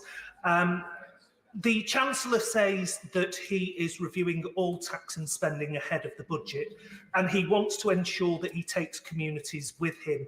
Can I just impress on him the very real damage that was done in lots of communities across this country that one might call the red wall seats, but not all of them voted for the Conservatives in 2019, through the cuts to local government, 60 pence in the pound. Local government cannot take that level of cut again. So can I ask him to at least consider ensuring that those communities are protected? Well, I'm not making any commitments on individual areas of any tax or spend, but I absolutely do understand the pressures faced in local government, yes. Aaron Bell. Thank you, Madam Deputy Speaker. Can I welcome the Chancellor to his place? Can I welcome what he said about economic stability and the stability he's brought, and also what he said about protecting the most vulnerable, which I know my constituents will welcome. When the people of Newcastle under Lyme voted for me and for this government in 2019, they wanted to deliver Brexit, deliver us from the Labour Party, but also deliver us levelling up. And despite the difficult economic circumstances, can the Chancellor reassure me that this government will continue to spread opportunity and growth and investment across this nation? I'm absolutely delighted to give that assurance. I think that it's a fundamental part of the Conservative philosophy that economic opportunity should be evenly shared across the country, and we accept that it isn't at the moment. Alistair Carmichael. The Chief Executive of the Scotch Whisky Association made the point this morning that time after time, freezes in spirits duty has delivered more revenue to the Treasury, contrary to all the forecasts from the Treasury. The Chancellor will know that that is correct. So why does he think it would be different this time? Well, I will happily take that piece of wisdom away to the Treasury and ask them to relook at the figures, but I don't think it's likely they would have advised me to take the measures that I took today if that was the case. But I will go and ask them to look at it again. Peter Aldous. Thank you very much, Madam Deputy Speaker. I welcome my right honourable friend to his new role, and I commend him for the prompt and decisive action that he has already taken. He has rightly said that the government wished to protect the most vulnerable, and with this in mind, taking into account the parameters that he has already set out, can I urge him, as soon as practically possible, to confirm that benefits will be uprated in line with inflation? In doing so, he will be removing a burden of worry and anxiety that is hanging over a great many people in this country at the current time. Well, that issue has been raised by a number of colleagues from across the House, and as I said previously, I thank him for raising it. I understand how important the issue is. He'll understand that I'm not in a position to make any commitments in any area today. We will make our decisions as soon as we can and then bring them back to this House, but I hear what he says. Ellie Reeves. Thank you, Madam Deputy Speaker. SE20 Cycles in my constituency is a popular bike shop and the proud home of Penge Cycle Club. The owner, Winnie, is facing an energy bill of £11,000 before winter has even started. And it's only through the support of a local crowdfunder that Winnie is able to keep his doors open. So what does the Chancellor have to say to SE20 cycles and the thousands of small businesses like them that face higher energy bills, higher rents, higher prices, and frankly, the terrifying uncertainty because of this government's incompetence?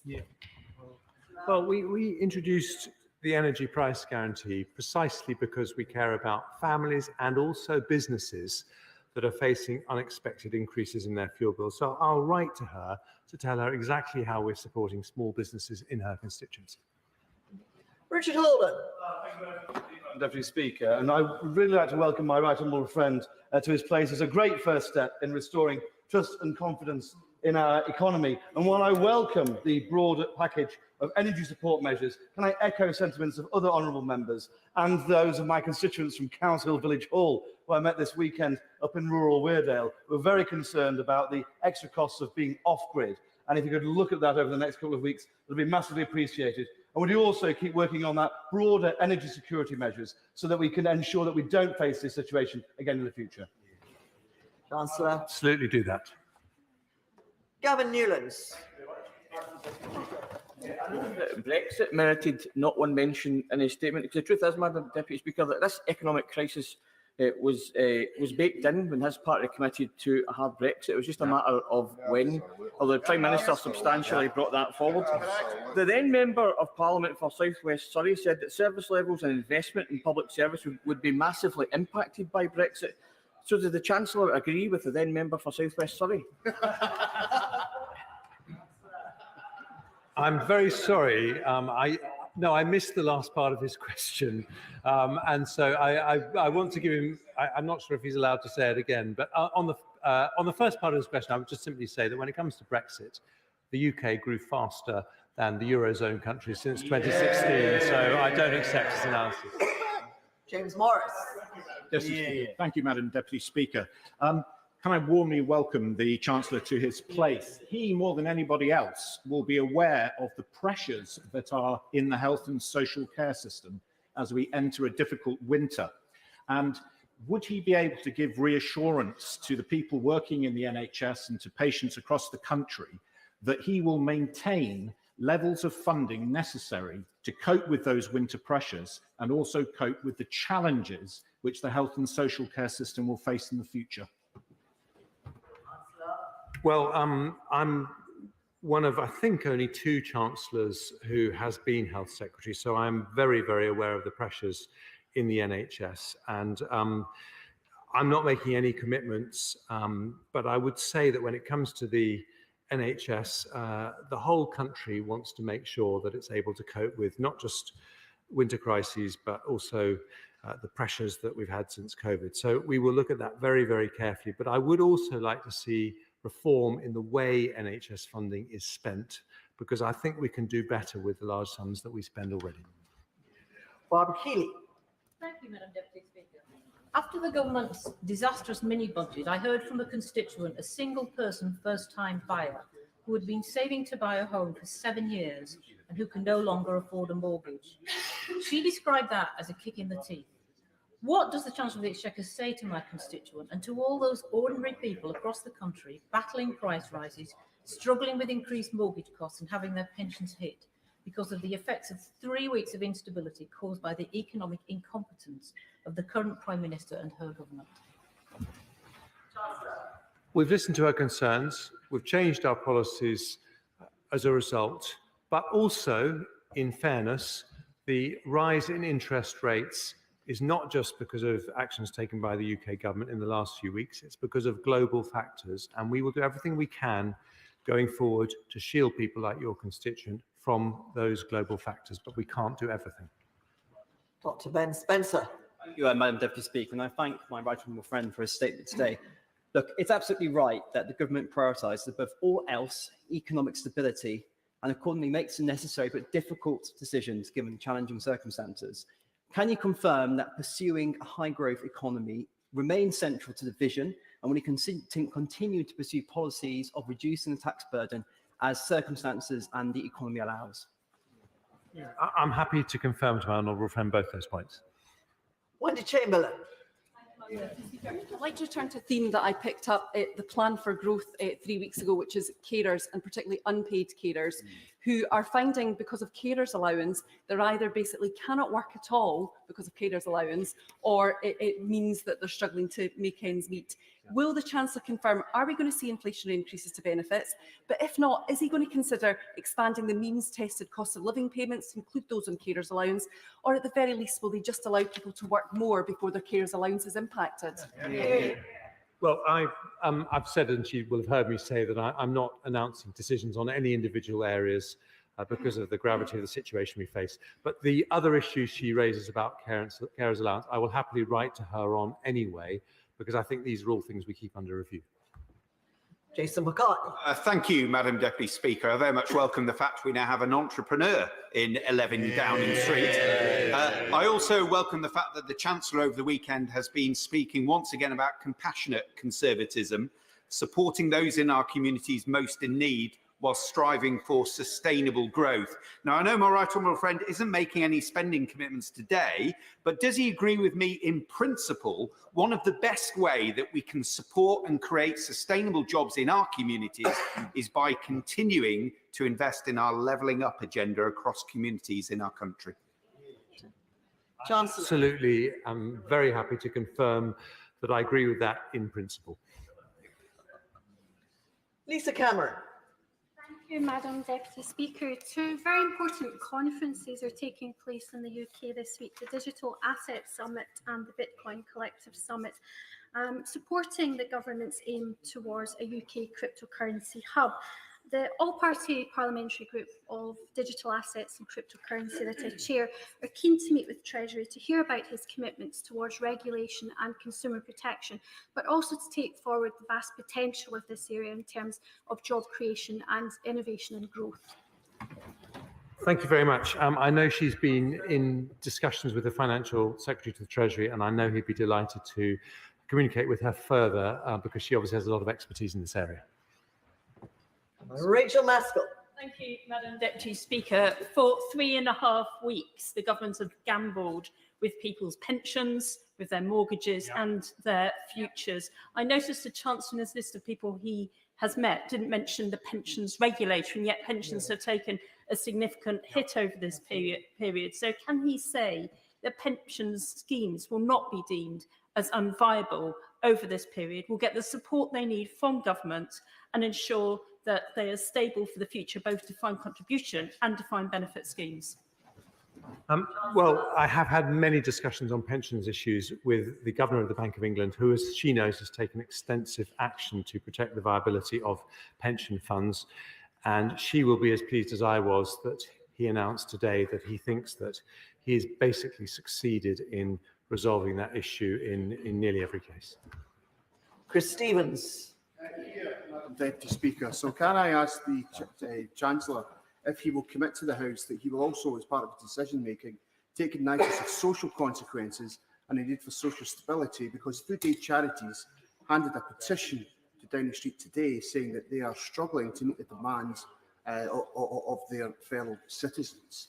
And will he meet those charities to impress upon them the urgent need to uprate benefits in line with inflation? Do you agree?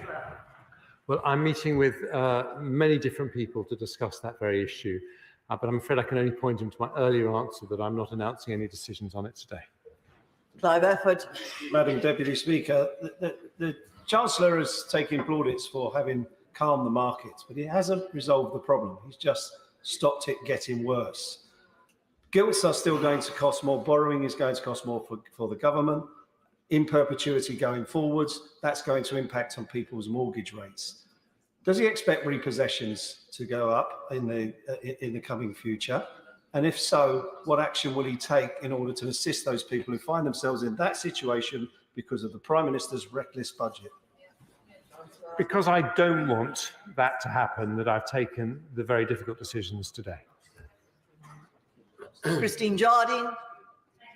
Madam Deputy Speaker, I'm sure the Chancellor would agree that certainty is key to stability for businesses. So, as has already been mentioned by one or two honourable friends, the Scotch whisky industry and the spirits industry generally is now facing uncertainty because of the U-turn that the Chancellor has done on freezing duty. And they have no certainty about whether it will now go up or when it will go up or when they will even know. So can the Chancellor commit to letting them know at an early date, as soon as possible, what actually is going to happen to a vital industry for so many of our constituencies? We will conclude the decisions on what we're going to do in terms of excise duty reform generally as quickly as we can. But for now, I'm afraid the difficult decision that I announced today stands, and we are not going to be able to proceed with the freeze from next February. Barry Gardner. I genuinely welcome many of the announcements that the Chancellor has made today and the stability that they will produce. And I wish him well, Madam Deputy Speaker, for all our sakes in his new role. I want to focus his attention back on the young couple seeking to purchase their first home and their fear that the housing shortage means that the cut in stamp duty will not actually benefit them, but will simply raise the price of the property and benefit existing home owners. Or has he managed in the last 24 hours and his party to abolish the law of supply and demand? No, I haven't. And we recognise the need for more housing and the problems in the planning system. And they will be top of our mind as we announce reforms to restore economic growth. Chair. Mr. Speaker, last month I pressed the government to commit to extending the short-term energy price support announced for business and said they couldn't afford to wait for the 3-month review because they need certainty. Today we hear the same uncertainty is to be imposed on every single household across my Edinburgh South West constituency and indeed across the United Kingdom, because the Chancellor is reversing on the Prime Minister's promise to give energy support to households for 2 years. My constituents live in one of the most energy-rich countries in the world, and yet they're facing crippling bills. Does the Chancellor think that's a good example of the dividend he says Scotland gets from being in the Union? Well, I do think that not just Scotland, but England, Wales and Northern Ireland get a fantastic dividend from being in the Union. But let me say to her, we have not reneged on our commitment to help people on low incomes with energy bills next year. We've said we're going to review it and we need a more targeted scheme, but we absolutely want to give help to her constituents and everyone's constituents. Stephen Timms. Mr. Speaker, does the Chancellor recognise that there was a very heavy blow to the lowest income households in the country last April when social security benefits were uprated by 3.1% and inflation was nearly 10%? It was justified at the time on the basis that's what the regular uprating formula delivered, and that the same formula would be used next April, assurance given by both the then Chancellor and the Prime Minister. Will he recognise, as he reflects on his announcements in a couple of weeks' time, that this is a matter, yes, of compassion, but also of fairness?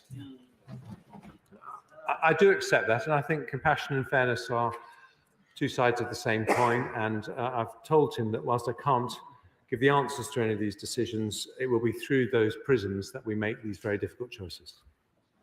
Patrick Grady.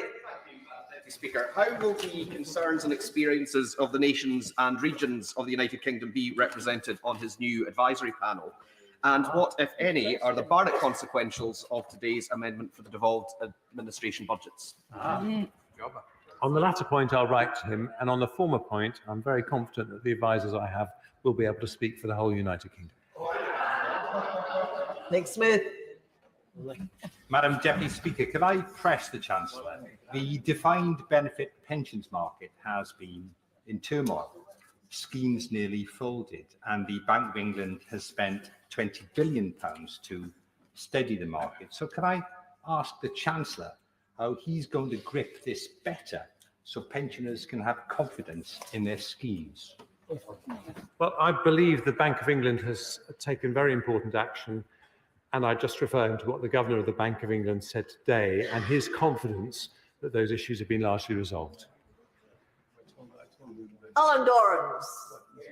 Madam Deputy Speaker, good evening. Madam Deputy Speaker, earlier this afternoon, the Chancellor announced the formation of a new Economic Advisory Council. Can he confirm they will be independent and they are not major donors to the Conservative Party seeking to gain influence in government policy? Well, can confirm they will be independent, and I can confirm that there will be no improper influence exerted.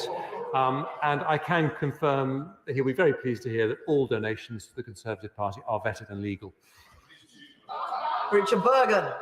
Thank you, Madam Deputy Speaker. I've listened carefully to what the Chancellor has said. Our public services are on their knees after 12 years of Tory misrule. They really can't cope with any further cuts. In contrast, the very richest have seen their wealth soar threefold over the past decade. So surely, rather than further cuts to our public services, wouldn't it be fairer to impose a wealth tax on the very richest in our society? The trouble with those kinds of taxes is that they end up inhibiting the wealth-creating capacity of the economy to fund the very public services that he supports. And so I do support wealthier people paying more tax, but only when it creates more resources to put into the public services we all need. Stephen Flynn.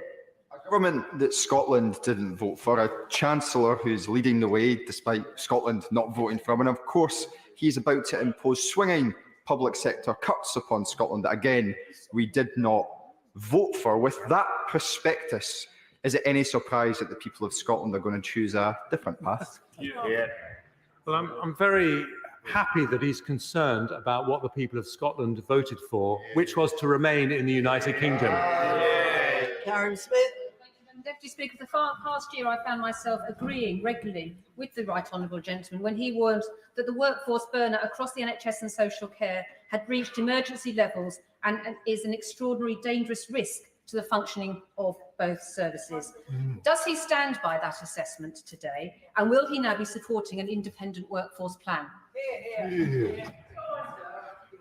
It's very difficult to uninvent or unsay things that you've said on the floor of this House. I'm not going to make any commitments today, but let me say that in my time as Chair of the Health and Social Care Select Committee, I learned a great deal about how the NHS functions, as I did indeed when I was Health Secretary, and I hope that will be useful to me in my role.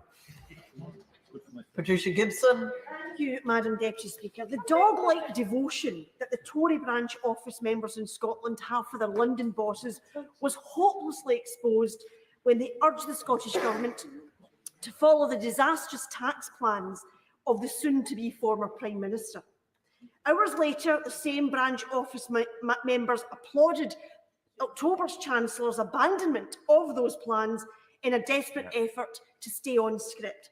Does the current Chancellor agree that those in the Tory branch office in Scotland should apologise to the people of Scotland for seeking to railroad the Scottish Government down a path which would have caused even more pain for struggling households?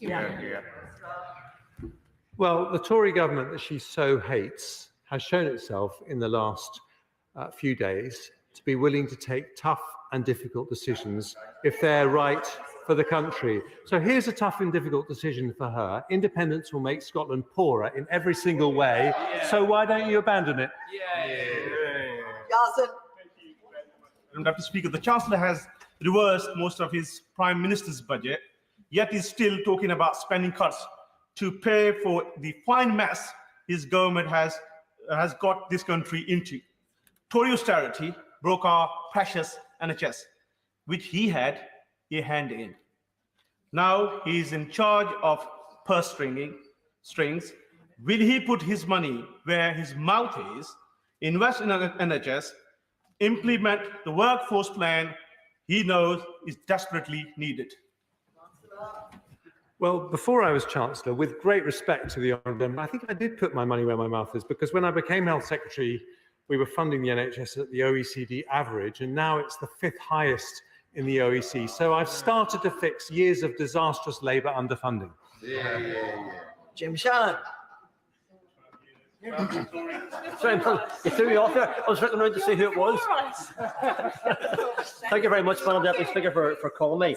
Can I say how very pleased I am to see the Chancellor in his place, and I wish him well. I think his House wishes him well in the job he has to do. Northern Ireland are global leaders in areas like cybersecurity and advanced manufacturing, and it's also the top location in the UK outside of London for foreign direct investment. However, the rate of economic inactivity in Northern Ireland is higher than anywhere in Great Britain. This costs the economy some £16 billion annually. Can I ask the Chancellor this? Can he give any indication as to whether Northern Ireland will receive a fair proportion of the levelling up funding under round 2 rather than the first phase where the 3% shared target was missed? Thank you. Well, as he knows, I'm not announcing any decisions today, but it would always be my intention to give a fair deal to Northern Ireland, which is an incredibly precious part of our union. A new Chancellor, October's Chancellor, said with no small measure of smug superiority and constitutional illiteracy that in his opinion, the 4 members he identified of his Economic Advisory Board, 3 members, as I counted, of large accountancy firms and 1 former insider from the Treasury, were well equipped to usher in the best possible economic plan for the devolved nations. That's clearly patent nonsense, but has it occurred to the Chancellor to invite the finance ministers from the devolved nations to form part of his Economic Advisory Board, or is that beneath him? I have regular contact and will continue to have, excuse me, would you let me answer? I have sorry, Madam Deputy Speaker, I was hoping the Honourable Gentleman would let me answer. I have regular contact with my finance minister counterparts in the devolved nations, and indeed, the Chief Secretary of the Treasury had discussions today. But this Economic Council is something different. This is about trying to make sure that we deal effectively with the instability that we've seen in the markets, which is mainly London-based, and we want to make sure that it doesn't happen again. So I think I've got 4 fantastic people for that role.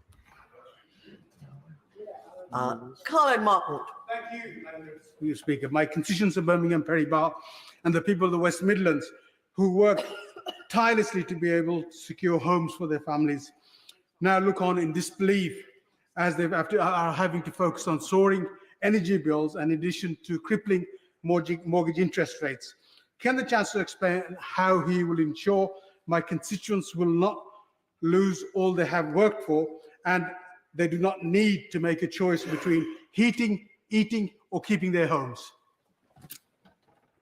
Because we are taking difficult decisions, we will do whatever it takes to restore economic stability. That is the biggest single thing we can do.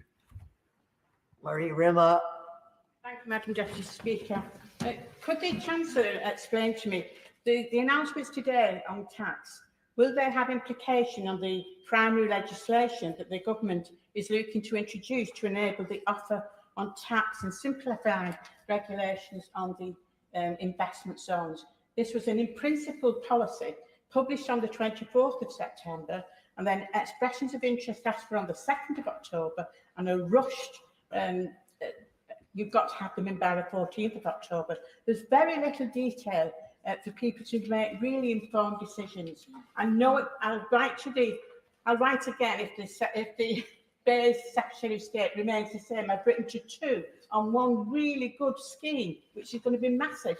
And my constituency has 2 of the most deprived boroughs, Knowsley, 2nd deprived in the country, and they've had nothing yet.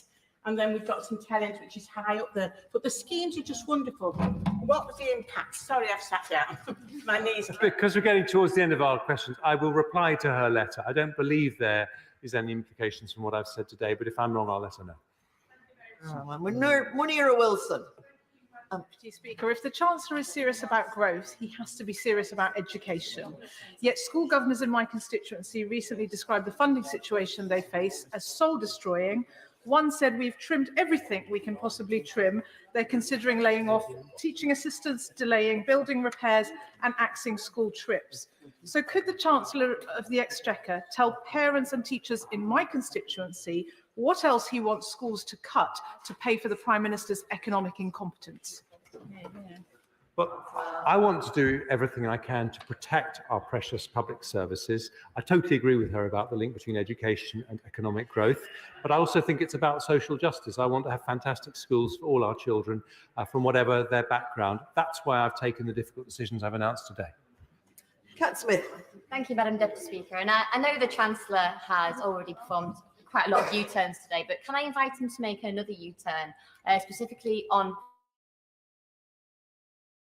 times cheaper. Wouldn't it make good economic sense to invest in renewables rather than fracking? Well, we're not going to do fracking unless it has local consent. But can I also say, as someone who believes passionately we've got to do more on climate change, it is not helping climate change to import hydrocarbons from other countries and say that as a result we are being very virtuous in reducing our own emissions. We need to do what it takes to reduce overall emissions. Peter Grant. Thank you, Madam Deputy Speaker. Can I thank the Chancellor in advance for what he's promised to publish over the next 2 weeks, because it will be the starkest ever confirmation of the awful price of better together.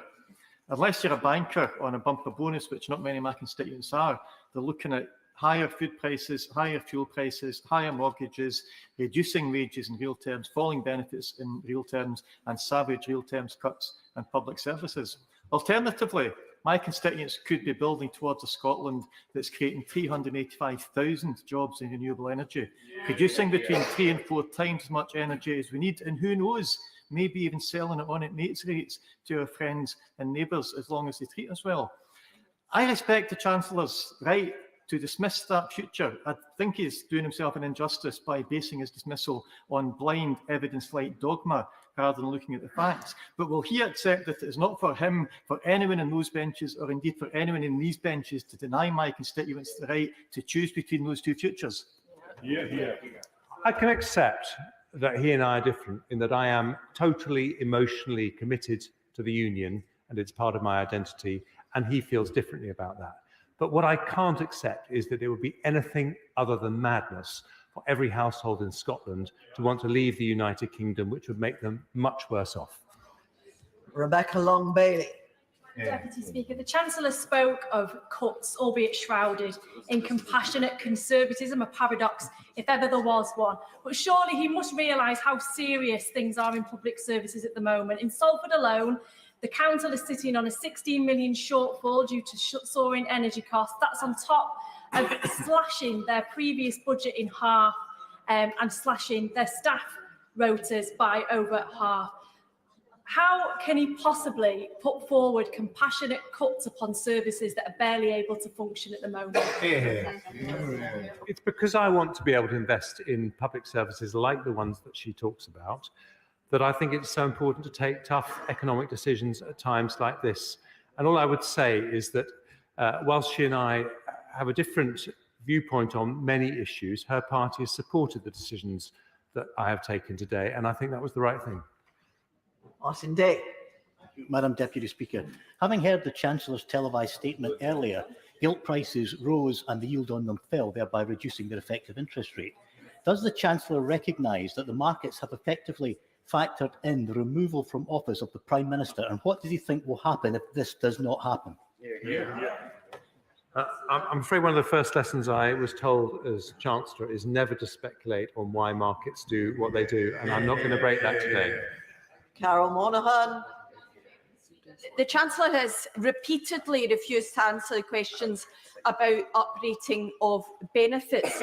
But with the Resolution Foundation briefing last week that they expect 2 million more people to be pushed into absolute poverty, can he guarantee to the House that any attempt to balance books or to steady the ship or whatever other expression we're going to use is not going to be made at the expense of those that are already struggling?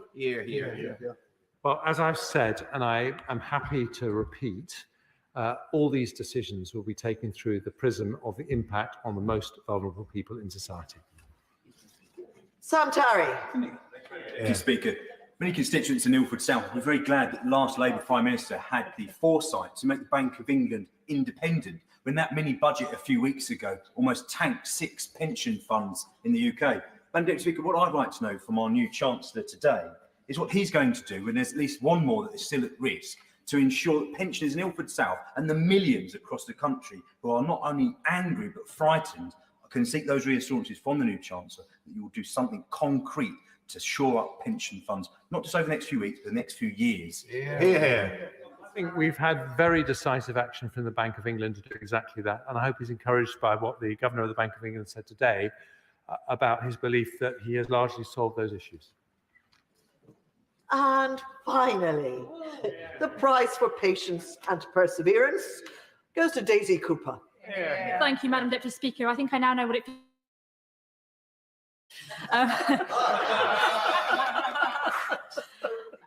no. It's a fleeting thought. It's a fleeting thought. It's gone. It's gone. Madam Deputy Speaker, pubs and hospitality businesses in my seat of St Albans are really up against it. Sucker Punch is a bar that closed its doors just a couple of days ago because they can no longer continue. Others are clinging on until Christmas, and we know that around the country, hospitality businesses are saying they're going to go into complete hibernation until the spring, and that means redundancies. So would the Chancellor confirm that he does understand that hospitality is one of the sectors that is most affected and will therefore attract support? And will he also look again at this broken business rate system that is killing our pubs and high streets whilst letting multinationals off the hook? Well, I think another of the promises that I now vainly wish I hadn't made in the summer as to policies that we should do is a fundamental review of business rates. So I have a great deal of sympathy for her on that front, and I will happily look at those issues. I don't want to promise that we're going to make any progress in the next 2 weeks because there's so many other things we have to consider, but what she said has been well heard, and I too congratulate her for her patience. Thank you. Thank you. That